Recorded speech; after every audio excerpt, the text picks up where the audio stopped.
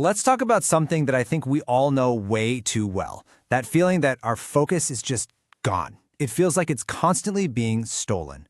Today, we're going to break down the exact habits that are pulling us away from doing deep work, from having real connections, and honestly, even from our own thoughts. Let's dive in and see if we can get some of that focus back. No, really, think about it for a second.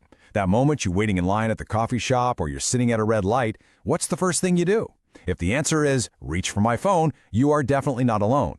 See, this inability to just be still, to handle even a moment of boredom, that's symptom number one of a way bigger problem. It's basically the gateway to distraction. And yeah, that leads us right to the main culprit here. We like to think of it as this amazing tool, right? For connection, for productivity, but for a lot of us, our phone has become more like a digital leash. It's always there, in our pocket, on the desk, on the nightstand, just constantly buzzing and begging for our attention. For so many of us, this is literally the first thing we do all day. Before our feet even touch the floor, we're already scrolling through work emails, notifications, what happened on social media overnight. This one little action, it sets the tone for your entire day. You start the day reacting to what the world wants from you, not by deciding what you want from the day. Okay, this one might feel a little personal, but it's such a perfect example. What should be a 2-minute trip turns into this 15-minute black hole of mindless scrolling. It's a habit so common, we don't even notice how it just completely warps our sense of time, turning these little quiet moments into just empty consumption. Now, this one has a real social cost. You're sitting there physically with your friends or your family, but your mind, your attention is a million miles away. Your food gets cold, the conversation just kind of dies, and you're sending a really clear message. Whatever is happening in this little digital world is more important than the real people right in front of me.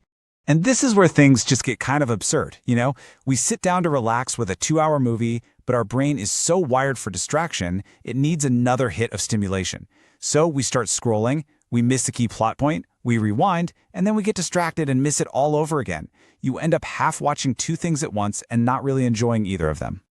This might be the single most damaging habit on a list. We all know the science by now, right? The blue light from the screen messes with our brains, tells it it's still daytime, and shuts down melatonin. And yet we scroll and scroll, feeding our minds with memes, bad news, and internet arguments right before we're supposed to rest. We are actively sabotaging our own sleep.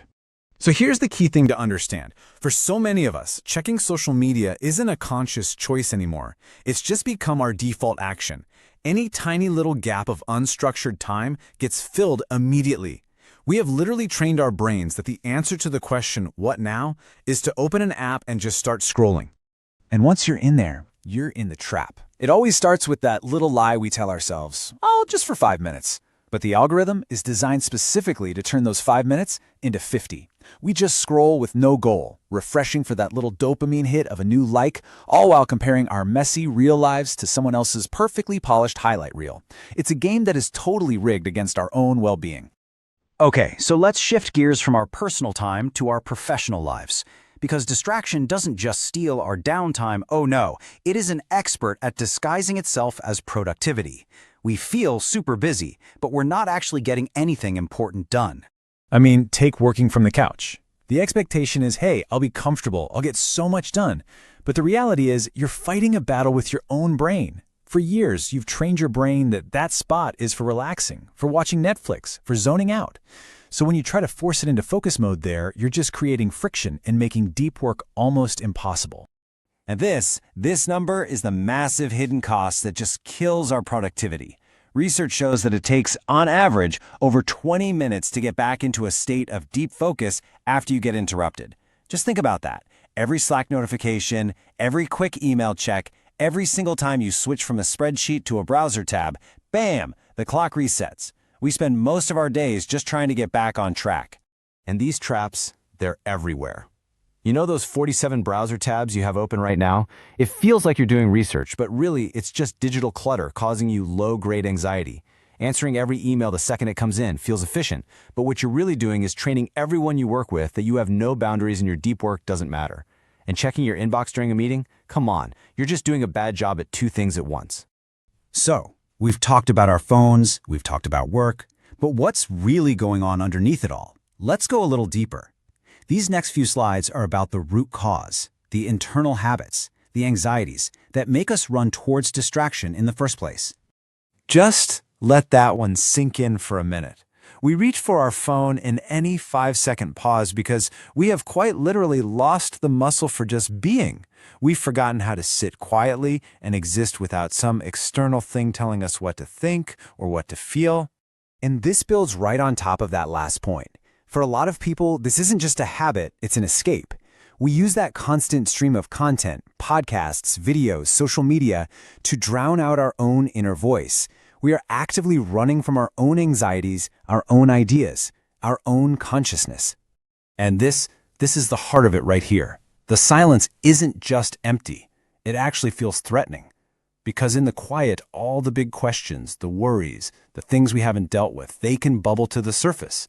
And because that feels so uncomfortable, maybe even dangerous, we just desperately fill every available moment with noise. So, how do you know if this is you? Well, just look for the symptoms. Can you still sit and read a book? Or does even a long article feel like a marathon? Do you have any hobbies, like painting or playing an instrument or building something that demand you to focus for a long time? Can you go for a walk and just listen to the world? Or do you always have to have headphones in? A life with no silence is a huge red flag. Okay, look, after all that, you might be feeling a little bit called out. I get it. But the point of this is not to make you feel bad. It's to empower you. The whole reason we're identifying these habits is to build awareness, because you can't change a habit that you don't even realize you have.